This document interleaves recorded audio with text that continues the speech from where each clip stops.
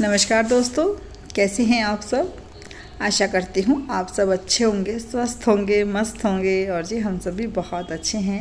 एक बार फिर से आप सभी का स्वागत है सुषमा शिषपाल ब्लॉग पर। तो फ्रेंड्स, अभी हुआ है सुबह का समय और बच्चों का टिफ़िन बनाने के लिए मैं हूँ किचन में। और आज मैंने उनके लिए बनाई है ओट्स की टिक्की। तो ये टिक्कियाँ बच्चों को बहुत अच्छी लगी, लेकिन इससे भी ज़्यादा अच्छे उनको लगे जो थोड़ा बैटर बच गया था ना, मैंने वो थोड़ा पतला करके और उसके चीले जैसे बना दिए थे छोटे छोटे से ना, तो उनको वो ज़्यादा अच्छे लगे। बट टिक्की भी अच्छी लगी पर वो ज़्यादा अच्छे लगे। तो यहाँ मैंने उनका लंच पैक कर दिया था दोनों बहनों का ही। फिर वो दोनों चली गई स्कूल। और यहाँ अब मैं बना रही हूँ तोरी की सब्ज़ी।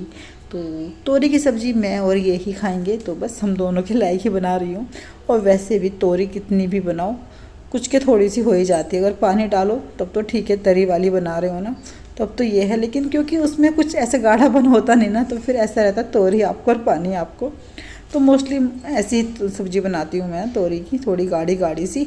और कुछ इसलिए भी ऐसे बनाती हूँ कि जल्दी से ख़त्म हो जाएगी, क्योंकि हम दोनों ने खानी होती है। बच्चे तो बिल्कुल भी नहीं खाते हैं तोरी की सब्ज़ी ना। और यहाँ पोकी परेशान है सिम की वजह से, ये देखो। हाँ भाई, कैसे? ये देखो, मैं आपको दिखाती हूँ इनकी मस्ती। हुआ क्या है, ये दोनों छत पर गए थे, ठीक है, और ये खुद तो आ गई नीचे, उसको ऊपर छोड़ करके आ गई और फिर ढूंढ रही है उसको कि है कहाँ वो।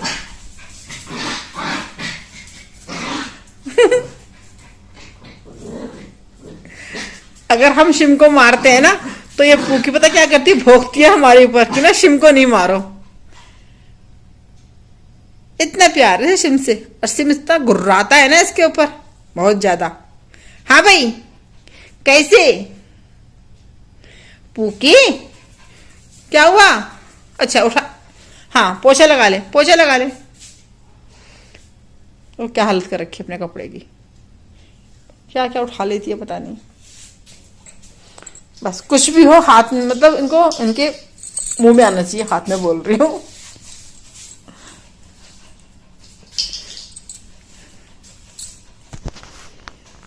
गर्मी लग रही है दोनों को, हाफ रहे हैं, सांस चढ़ गई। गर्मी तो खैर क्या लग रही होगी, गर्मी का तो मौसम भी नहीं है इतना।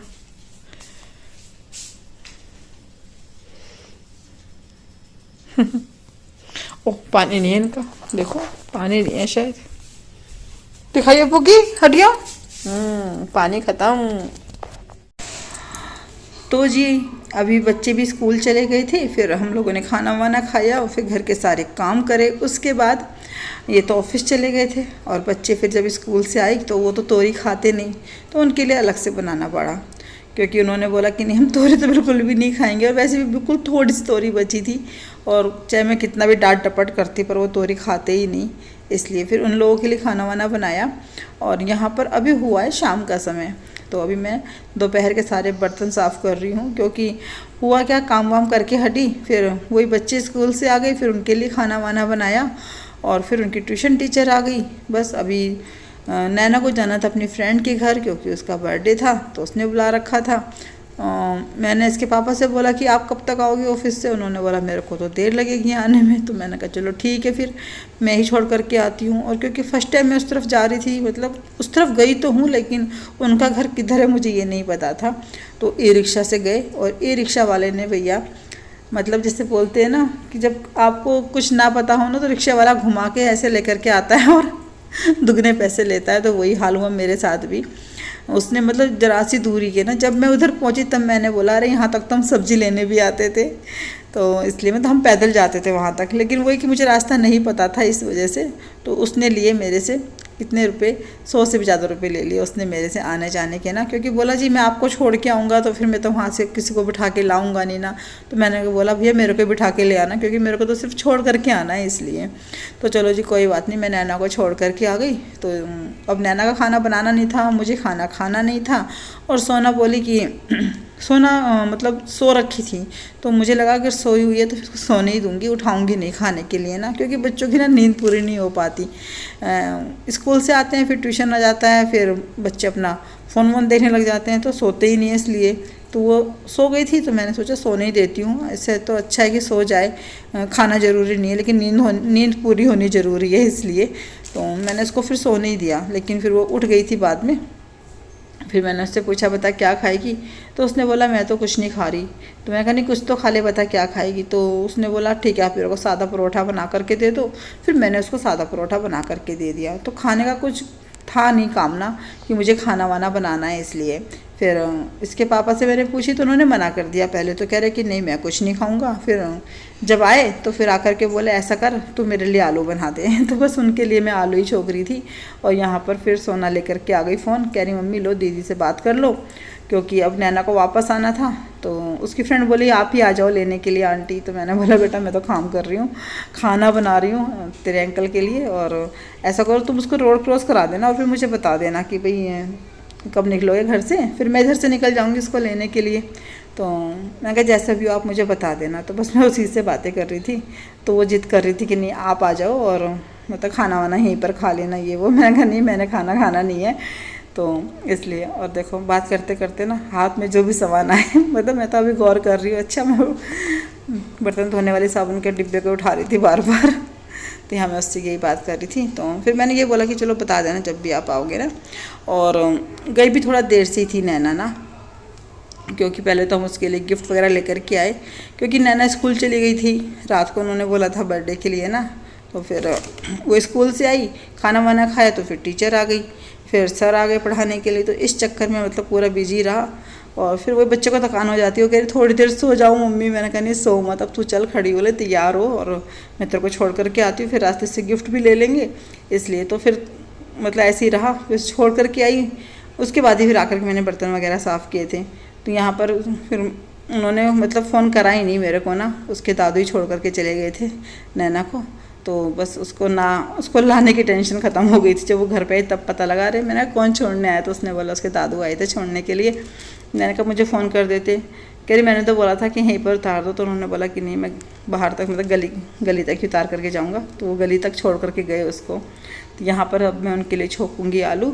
तो आलू भी उनको ये वाले पसंद आते हैं, चौक वर्त में नहीं खाते हम, ऐसे बस नमक डाल देते हैं और हरी मिर्ची डाल देते हैं टमाटर के साथ। तो वही वाले आलू, वो मोस्टली उनको वही वाले आलू अच्छे लगते हैं। तो उनके लिए मैं वही वाले आलू छोकूँगी। और खाना कुछ बनाना नहीं है, तो दूसरी कढ़ाई मैंने रखी है घी बनाने के लिए, क्योंकि मैंने मक्खन निकाल के रखा हुआ था।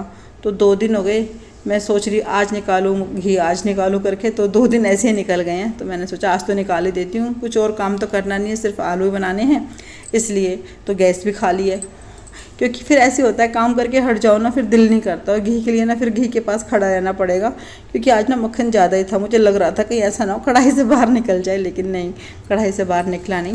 और ज़्यादा दिन कर लो ना तो फिर बहुत ज़्यादा उसके अंदर ना स्मेल सी हो जाती है मक्खन के अंदर ना।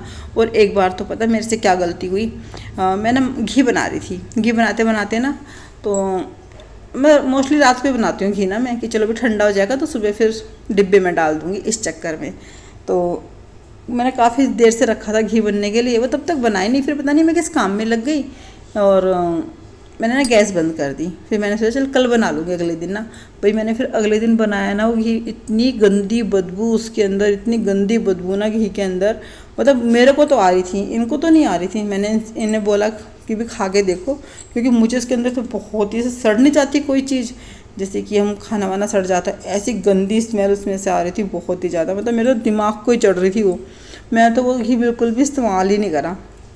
मैं कहा मेरे से इस्तेमाल नहीं होने वाला भाई, क्योंकि रोटी पे लगाओ तो मुझे तो पता नहीं क्यों, मुझे तो बहुत ही ज़्यादा बदबू लग रही थी उसमें। तो अब ये वाला घी तो मैं बना करके सोऊंगी, इसको बीच में रोकूंगी नहीं। पहले भी मैंने 1-2 बार ऐसा किया है कि चलो घी थोड़ा सा अगर नहीं बना, थोड़ी सी कसर रह गई तो मैंने बंद कर दिया, तो ऐसी स्मेल कभी हुई नहीं। लेकिन इस बार पता नहीं क्यों बहुत ही गंदी स्मेल हो गई थी, बहुत ज़्यादा। तो यहाँ पर मैंने देखो ये टमाटर और हरी मिर्च को छोंक दिया और बस इसके अंदर आलू डाल दूँगी और ढक देंगे, ढक करके पका देंगे। छुट्टी बन गई ये वाले आलू। वैसे तो व्रत में खाते हैं, लेकिन मेरे घर में जब देखो तब ये वाले आलू बनते रहते हैं, क्योंकि उनको बहुत ही पसंद आते हैं। और सुबह बच्चों की फरमाइश है मम्मी हम बर्गर लेकर के जाएंगे। अब सुबह भाई बर्गर के लिए आलू उबालने पड़ेंगे, टिक्की बनानी पड़ेगी। तो इस चक्कर में मैंने सोचा कि आलू तो मैं अभी उबाल करके रख दूँगी, क्योंकि फिर ऐसा है ना सुबह थोड़ा चाहे देर से भी आँख खुले, मतलब वैसे तो मैं उठती हूँ 5 बजे, 5 साढ़े 5 तक उठ ही जाती हूँ।